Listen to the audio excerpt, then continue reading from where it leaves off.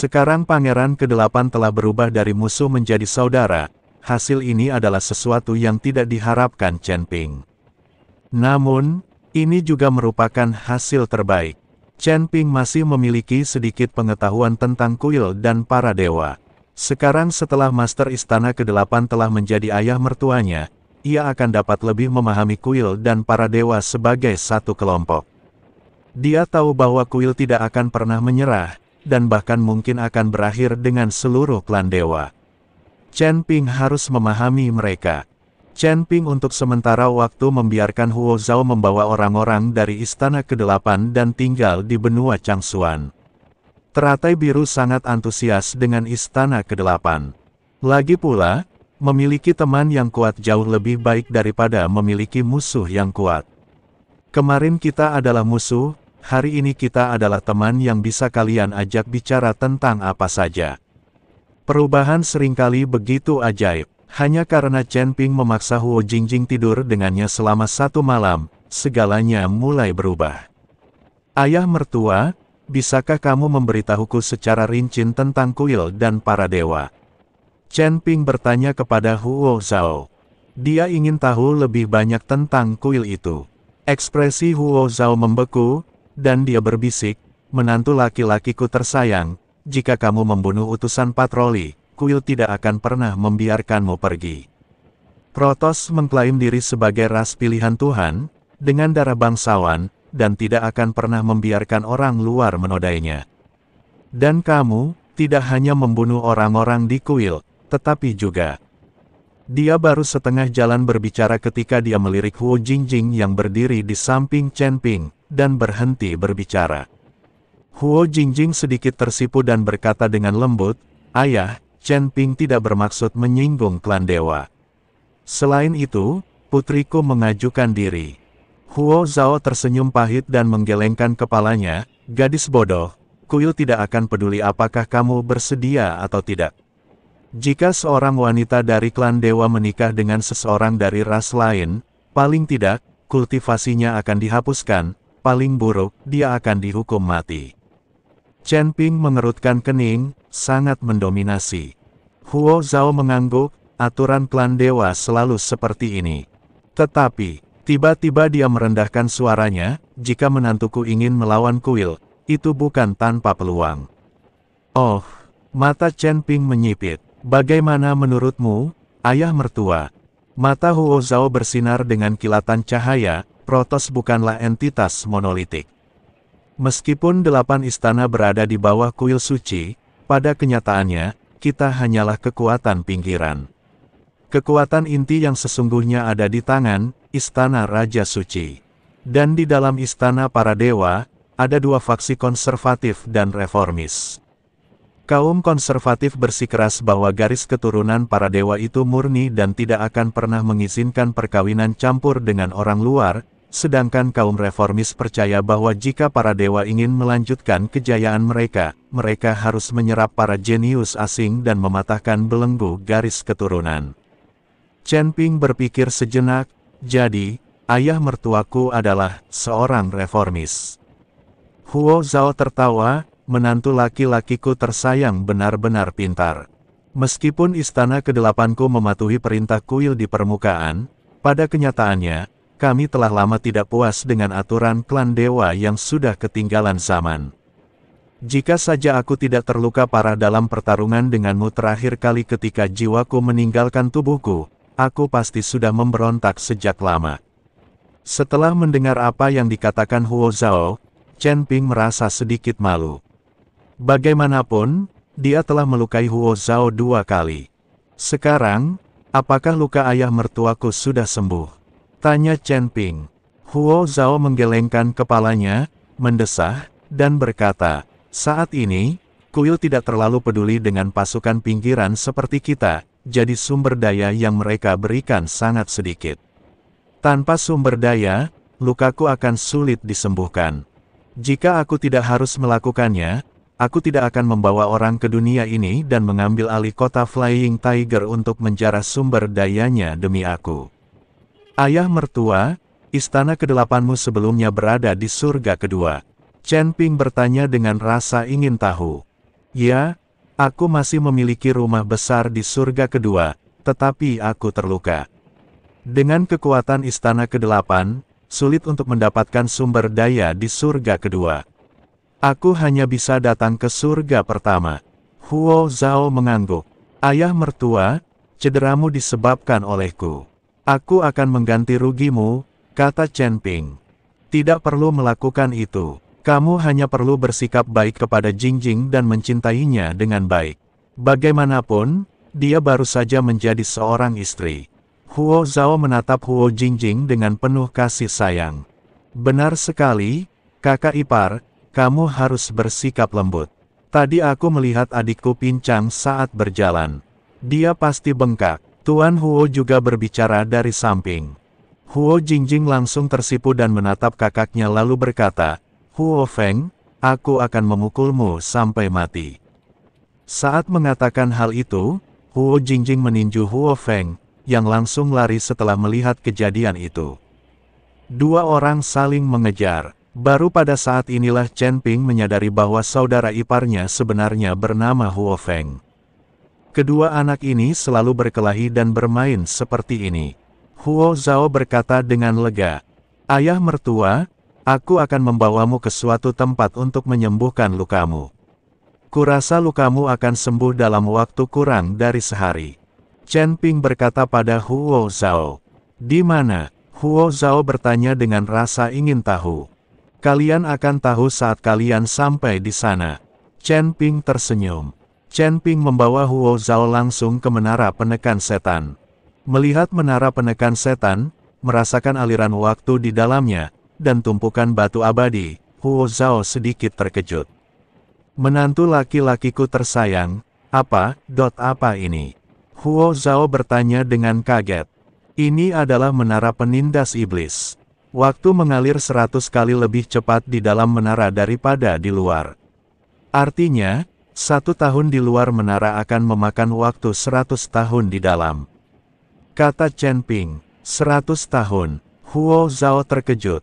Maksudnya, kalau siang hari aku latihan di sini, di luar juga cuma sehari.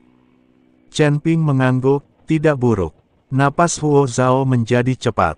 Tidak heran Chen Ping berkata bahwa dia bisa pulih dalam 1 hari. Dari mana menara penekan setanmu berasal? Huo Zhao bertanya dengan rasa ingin tahu. Chen Ping tersenyum tipis dan berkata, Ayah mertua, kamu harus sembuh dulu, baru kita bicara nanti.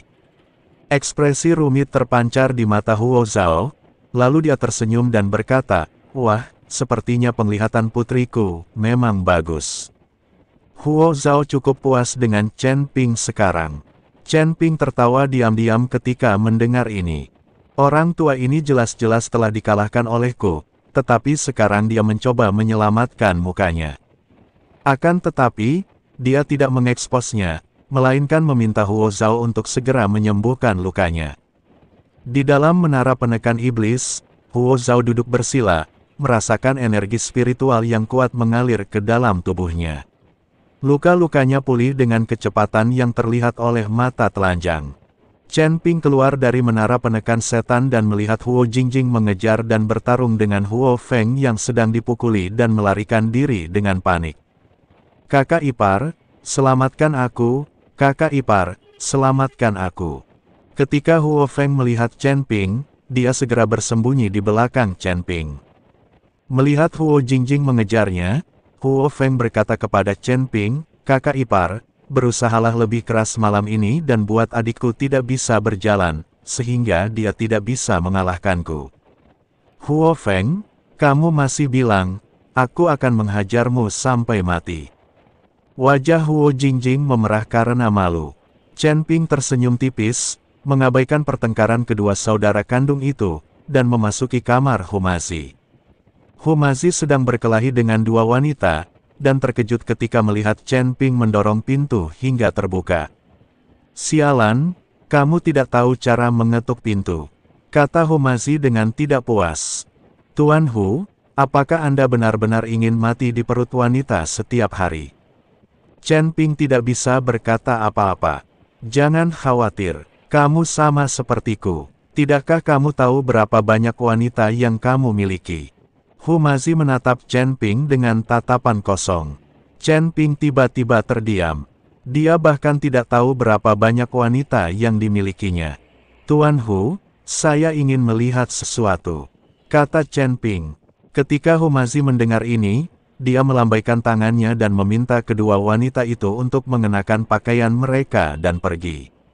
Apa yang sedang kamu lihat? Tanya Humazi. Chen Ping langsung mengeluarkan peti mati dari cincin penyimpanan. Peti mati itu berwarna merah darah dan memiliki tanda-tanda di atasnya. Chen Ping benar-benar ingin tahu apa yang ada di dalam peti mati itu. Pada awalnya, Chen Ping ingin mendobrak peti mati itu dengan paksa, tetapi ia takut barang-barang di dalamnya akan rusak. Rune pada peti mati ini sangat istimewa. Rune ini bukan rune formasi, tetapi lebih seperti segel. Humazi sangat ahli dalam mantra penyegelan semacam ini, jadi Chen Ping datang kepadanya untuk melihatnya. Sial, kamu sungguh tidak beruntung. Bagaimana kamu bisa mendapatkan peti mati? Ketika Humazi melihat ini, dia langsung mengerutkan kening. Tuan Hu, peti mati ini adalah harta karun. Chen Ping menceritakan kepada Humazi apa yang terjadi di reruntuhan. Ketika Humazi mendengar ini, dia langsung tertarik. Dia lalu melihat peti mati itu dengan saksama dan melihat rune di atasnya. Peti mati ini disegel oleh seseorang. Tampaknya mereka tidak takut orang lain membukanya, tetapi mereka takut barang-barang di dalamnya akan keluar. Rune penyegel ini digunakan untuk menekan benda-benda di dalam peti mati. Humazi melihatnya dengan cermat dan berkata, "Maksud Tuan Hu, ada seseorang di dalam peti mati ini." Chen Ping sedikit terkejut. "Saya hanya menebak, buka saja dan lihat." Humazi berkata demikian, lalu dengan lembut meletakkan tangan kanannya di atas peti mati, sambil menggumamkan sesuatu. Dalam sekejap, rune pada peti mati itu mulai bergetar, lalu secara otomatis terurai. Melihat pemandangan ini, Chen Ping menjadi sedikit gugup. Pada saat yang sama, ada pedang pembunuh naga di tangannya. Jika benar-benar ada bahaya di dalam peti mati itu, dia akan segera mengambil tindakan. Saat rune-rune itu terurai, peti mati itu mulai bergetar. Chen Ping menarik Humazi kembali, dan mereka berdua menyaksikan dengan tenang. Tak lama kemudian, peti mati itu perlahan terbuka sedikit, lalu sebuah tangan putih yang mengejutkan terjulur keluar dari peti mati itu. Melihat telapak tangan yang terbuka, jelaslah bahwa ada seseorang di dalamnya. Chen Ping memegang pedang pembunuh naga di tangannya, siap bertempur. Humazi buru-buru menggunakan darah dan esensinya untuk menggambar jimat, siap untuk menekan musuh kapan saja. Tepat saat kedua pria itu menatap peti mati dengan gugup, siap beraksi kapan saja, dua aliran kabut hitam tiba-tiba muncul dari tubuh Chen Ping. Dua prajurit kuno keluar tanpa peringatan.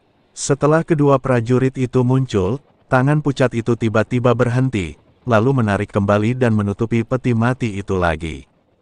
Chen Ping sangat bingung, mengapa kedua prajurit kuno ini tiba-tiba muncul sendiri tanpa dipanggil. Apakah karena peti mati ini? Chen Ping tidak punya pilihan selain memanggil kedua prajurit itu kembali ke tubuhnya, dan kemudian berkata kepada peti mati itu, "Keluarlah, tidak apa-apa. Karena kita tahu ada orang di dalam, ada sesuatu untuk dibicarakan." Tetapi setelah Chen Ping berbicara lama, tetap tidak ada pergerakan dari peti mati itu. Chen Ping kemudian berjalan mendekat dan mencoba membuka peti mati itu, tetapi setelah mencoba beberapa kali, sepertinya peti mati itu terkunci dari dalam dan tidak bisa dibuka sama sekali. "Sialan, aku tidak percaya." Chen Ping mengangkat pedang pembunuh naga, ingin membelah peti mati itu dengan satu pukulan. "Nak, tutup kembali peti mati itu. Kalau isi di dalamnya bocor, kamu akan mendapat masalah." Pada saat ini, Raja Iblis Ciyun berbicara di lautan kesadaran Chen Ping. Chen Ping tertegun dan bertanya, "Senior, apakah Anda tahu apa yang ada di dalamnya?"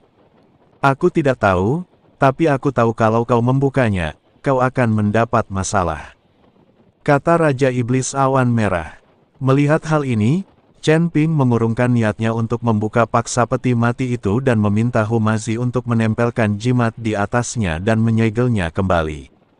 Setelah mengembalikan peti mati itu ke dalam ring penyimpanan, Chen Ping dan yang lainnya akan membuka kedua peti mati itu dan memeriksanya apakah sudah cukup kuat. Karena dia tahu ada orang di dalam dan tidak ada harta atau sumber daya, Chen Ping tidak terlalu tertarik. Tepat saat Chen Ping menyimpan peti matinya, seseorang menemukan Chen Ping. "Tuan Chen, Xuan Fei memanggil Anda."